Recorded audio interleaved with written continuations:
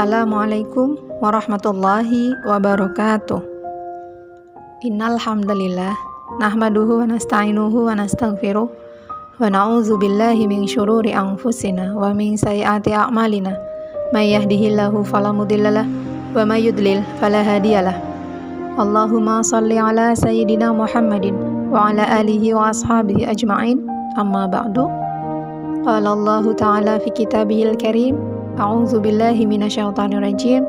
Bismillahirrahmanirrahim. Wa may yattaqillaha yaj'al lahu makhrajan wa yarzuqhu min haitsu la yahtasib. Wa may yatawakkal 'ala Allah fahuwa hasbuh. Innallaha balighu amrihi qad ja'alallahu likulli syai'in qadra. Shadaqallahul 'azim.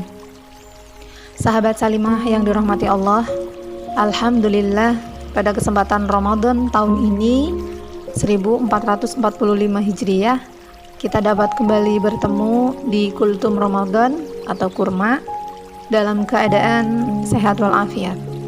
Mudah-mudahan hal ini bisa dirasakan juga oleh saudara-saudara kita di bagian negara lain seperti di Palestina. Semoga Allah berkenan mengangkat seluruh kesulitan-kesulitan saudara kita yang berada di sana. Dan Allah berkenan pula menerima seluruh amal ibadah kita semuanya. Amin ya rabbal alamin. Salawat serta salam semoga senantiasa tercurah kepada kekasih kita Rasulullah Shallallahu Alaihi Wasallam beserta para keluarga, sahabat serta umatnya yang senantiasa istiqomah. Kita berharap mudah-mudahan kita semua kelak mendapatkan syafaat dari Rasulullah Shallallahu Alaihi Wasallam di yaumil qiyamah nanti. Amin ya rabbal alamin. Sahabat Salimah yang dirahmati Allah, pada kesempatan kali ini kita akan belajar bersama terkait tema menjadi pribadi yang tawakal. Ada 3 poin yang akan kita bahas bersama. Yang pertama adalah hakikat tawakal, yang kedua tingkatan tawakal, dan yang ketiga manfaat tawakal. Langsung saja kita menuju pada poin yang pertama, yaitu hakikat tawakal. Apa sih sesungguhnya hakikat dari tawakal itu, sahabat sekalian? Tawakal maksudnya adalah berserah diri secara total kepada Allah Subhanahu wa Ta'ala setelah berusaha semaksimal mungkin. Jadi poin utama dari tawakal adalah berserah diri kepada Allah Subhanahu wa Ta'ala. Manakala kita sudah menyerahkan diri kita ini atau usaha-usaha yang kita lakukan ini kepada Allah Subhanahu wa Ta'ala, maka kita bisa disebut sebagai orang yang bertawakal, seperti itu. Namun untuk poin yang kedua nanti kita akan belajar lebih jauh mengenai tingkatan-tingkatan tawakal. Jadi ternyata di dalam tawakal itu ada beberapa tingkatannya, ya. Tingkatan yang pertama adalah tawakal dasar. Bagaimana ciri-ciri kita yang memiliki tingkat tawakal dasar? Yaitu berserah diri kepada Allah, namun tanpa ada usaha, gitu. Jadi kita telah menyerahkan semuanya kepada Allah, gitu ya. Kita percaya adanya Allah, kita yakin Allah akan membantu kita. Namun poinnya adalah kita ini tidak berusaha untuk meraih pertolongan itu, gitu ya.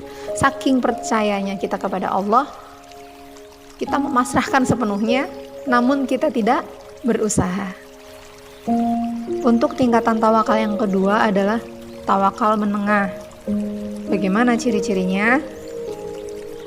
Kita berserah diri kepada Allah dengan usaha yang maksimal dan berharap tentunya hasil yang juga maksimal.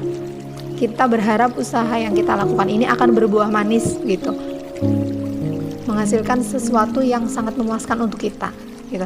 Jadi kita ada rasa cemasnya, kita khawatir jangan-jangan nanti hasilnya tidak memuaskan, gitu ya. Berserah diri yang demikian ini berada di tingkatan tawakal yang menengah atau sedang, ya. Boleh kita ambil sebagai contoh saat kita hendak mengikuti sebuah ujian di tempat kerja kita, gitu ya. Kita telah mempersiapkan dengan sangat maksimal. Kita sudah belajar, kita sudah mempelajari alurnya gitu ya. Lalu kemudian kita sampailah kepada hari di mana kita mengikuti ujian dan kita sudah berdoa semoga hasilnya memuaskan. Nah, pada saat Allah memberikan hasil yang memuaskan, kita di situ tentu saja merasa puas. Nah, namun saat Allah belum memberikan hasil yang memuaskan, artinya di ujian tersebut kita tidak lulus, maka kita ada rasa kecewa kepada Allah, seperti itu. Jadi ini tawakal tetapi ada rasa cemas di dalamnya. Untuk tingkat tawakal yang ketiga adalah tawakal sempurna. Bagaimana ciri-cirinya?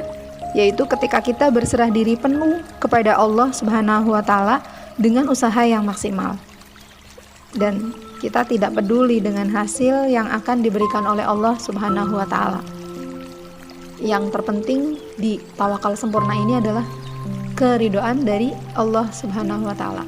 Meskipun kita setelah mendapatkan hasilnya tidak memuaskan, tapi kita percaya bahwa kegagalan hari ini ya, hasil yang tidak memuaskan ini tentu saja inilah yang terbaik yang Allah hadiahkan untuk kita. Jadi kita senantiasa optimis. Oh, hari ini mungkin aku gagal, tapi semoga ke depan bisa akan lebih baik lagi. Kita akan mendapatkan hasil yang lebih baik, yang lebih maksimal lagi, dan akan memuaskan kita. Seperti itu. Tidak pernah kecewa dengan Allah ya di tawakal sempurna ini. Allah Subhanahu wa Ta'ala berfirman dalam surah At-Tolaq ya, potongan surat At-Tolaq ayat 2 dan ayat 3 seperti yang telah di atas sudah saya sebutkan. A'udzubillahi minasyaitonirrajim. Bismillahirrahmanirrahim. Wa may yattaqillaha yaj'al lahu makhrajan wa yarzuqhu min haitsu la yahtasib wa may yatawakkal 'alallahi fahuwa hasbuh. Innallaha balighu amrihi qad ja'alallahu likulli syai'in qadara. Siapapun yang bertakwa kepada Allah, niscaya Dia akan memberi jalan keluar dan memberi rezeki dari arah yang tidak disangka-sangka. Dan siapapun yang bertawakal kepada Allah, niscaya Allah akan mencukupkan keperluannya. Sesungguhnya Allah telah menentukan ukuran bagi tiap-tiap sesuatu.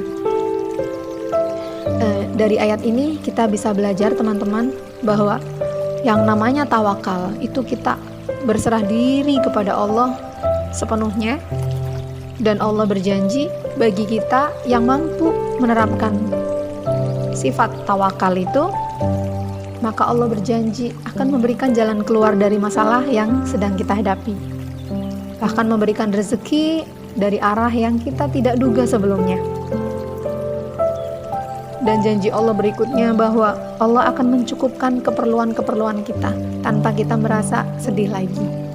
Itulah beberapa keutamaan tawakal yang telah Allah tawarkan di dalam Al-Quran surah At-Tolaq ayat 2 dan 3. Sahabat Salimah yang dirahmati Allah, untuk poin selanjutnya adalah manfaat tawakal. Ada banyak manfaat tawakal tentu saja, namun di sini saya tuliskan 4 saja. Yang pertama, hati menjadi tentram. Orang yang bertawakal itu tidak gelisah, ya. Dia senantiasa memikirkan kebaikan-kebaikan. Jadi di dalam pikirannya hanya ada positive thinking, ya. Pikiran-pikiran yang positif sehingga hatinya menjadi tentram. Yang kedua, memiliki kekuatan rohani dan jasmani.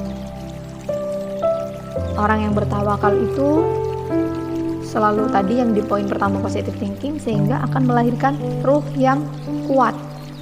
Dan dari ruh yang kuat, ya, dari pikiran yang positif, juga akan menghasilkan fisik yang kuat pula, jasmani yang kuat, jasmani yang sehat, seperti itu. Manfaat yang ketiga adalah ridho terhadap segala sesuatu.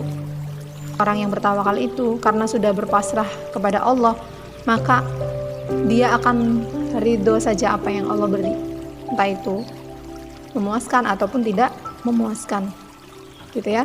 Dan yang manfaat terakhir dari tawakal adalah hidup optimis. orang yang memiliki tawakal akan memandang masa depan dengan penuh harapan yang baik. Ya, dia selalu optimis bahwa yang akan terjadi adalah sebuah kebaikan-kebaikan yang diberikan oleh Allah baginya, seperti itu.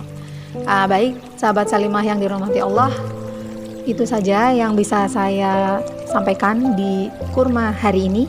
Semoga kita semua dapat mengambil pelajaran di dalamnya, terutama bagi diri saya sendiri. Dan mohon maaf apabila banyak kekurangan. Terima kasih. Wallahul muwafiq ila aqwamit thoriq. Wallahu a'lam bissawab. Wassalamualaikum warahmatullahi wabarakatuh.